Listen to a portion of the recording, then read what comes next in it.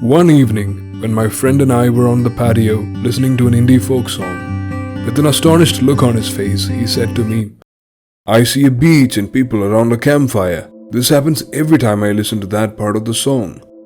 The excitement in his voice suggested that he wasn't talking about a memory. The beach, the goldfish, and the blonde woman were all things he saw when he heard certain musical notes, and he claimed that they were more real than the stuff of imagination.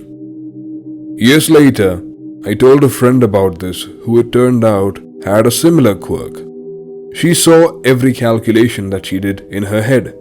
If she added an 8 to a 92, she saw an 8 block crash into a bigger 92 block, creating a perfect 100. In the 1980s, the American neurologist Richard Cytowic encountered similar accounts and rediscovered the neurological phenomenon now known as synesthesia. Synesthesia is a condition in which the senses become fused such that the activation of one sensory pathway, vision, hearing, smell, taste, or touch, causes involuntary activation of another pathway. For some people, the synesthetic percept is elicited by a concept like alphabets, numbers, days of the week, or months of the year. This subtype of synesthesia is referred to as ideasthesia. About 4% of the general population has some kind of synesthesia. Annie, a musician, has chromesthesia, a condition where sounds are perceived as having color. This means that she can see the music that she makes. Parts of the brain that light up under fMRI in response to color also light up in response to sounds in people with chromesthesia. There are numerous types of synesthesia, including ones where times of the day have tastes and orgasms have color. The novelist Vladimir Nabokov and the physicist Richard Feynman both had grapheme color synesthesia. People with this variant of synesthesia see each alphabet and number, collectively called graphemes, as having characteristic colors. Of course, no two synesthetes share the same grapheme to color pairing. In fact, in what is a testament to their diversity, not all synesthetes even agree on where the color actually resides in graphemes. Most of them report being able to see graphemes like regular people. For instance, they see alphabets in the newspaper in black type, but with an additional experience of color. For some, the graphemes produce speckles of color in the visual field.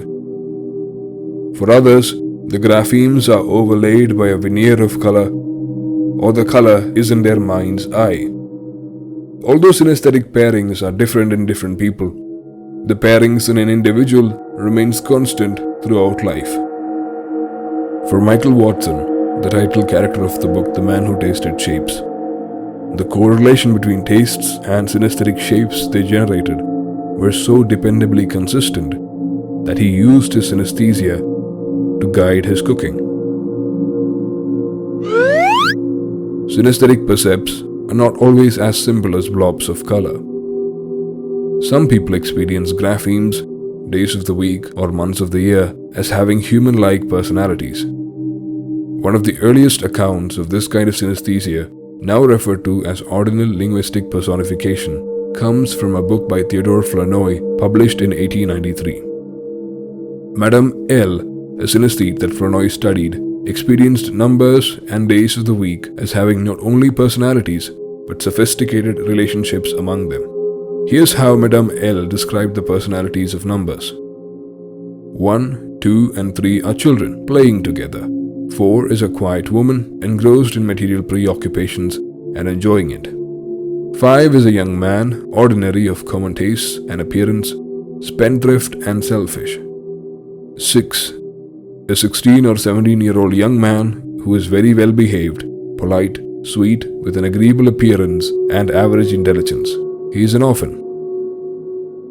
7 is a troublemaker, although well-mannered, witty, and likable, capable of very good actions on occasion, and very generous. 8 is a dignified, proper lady. She is acquainted with 7 and has a lot of influence on him. She is married to 9. 9, Mrs. 8's husband, is selfish, fuzzy, self-centered, only thinking about himself, grumpy, always reproaching his wife with something or the other. Mr. 9 enjoys using drugs and amongst other things likes trying out medicines advertised in the papers. The synesthete who undoubtedly has received the most attention in psychology is Solomon Cherysevsky. But initially it wasn't this news reporter's synesthesia, but his ability to reproduce speeches he had heard even once verbatim that caught the attention of a psychologist.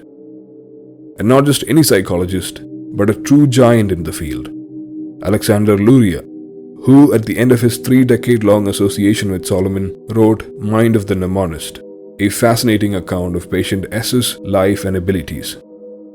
Luria discovered that Solomon had a vast, almost limitless memory. He could remember long strings of hundreds of words that were read to him only once, repeat them in perfect order, or if you liked, in the reverse order. Once he had committed a list of words to memory, he could recollect them after years or even decades had passed. How did he do it? Every word he heard precipitated in Solomon's mind a synesthetic form, color, and taste. He was able to retain this eidetic image, in other words, relive this multimodal experience for every word in memory. His routine for committing words to memory involved arranging each word in order along the sides of a familiar street in his mind. To reproduce the list, all he had to do was imagine taking a stroll down this street, at which point he could read the words off one by one. This technique, called the method of loci, is quite common among mnemonists, but was so powerful in Solomon's case that he left his job as a news reporter to become a professional mnemonist, traveling around the country and giving multiple public performances a day. During these performances, the audience would give him a list of words, sometimes from languages he did not know, or nonsense syllables to remember, which he would repeat to them in exact order at the end. Solomon was among the rare few for whom synesthesia is debilitating. He couldn't read while eating because the taste of the words interfered with the taste of the food, and the food's flavors intruded into his perception of words. He was often so lost in his subjective reality, a storm of eidetic imagery and tastes evoked by words, that he was unable to follow the intended messages in conversations.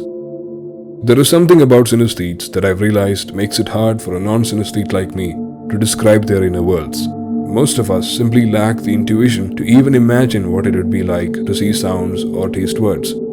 In small but nevertheless important ways, our inner worlds are different. Forget knowing what it is like to be a bat. We may never be able to fully comprehend certain experiences of fellow human beings because of differences in how our brains are wired. If you want to know a little bit more about the lives of Michael Watson and Solomon Cherysevsky, I recommend these books to you. You can find the links in the description below. Thanks for watching.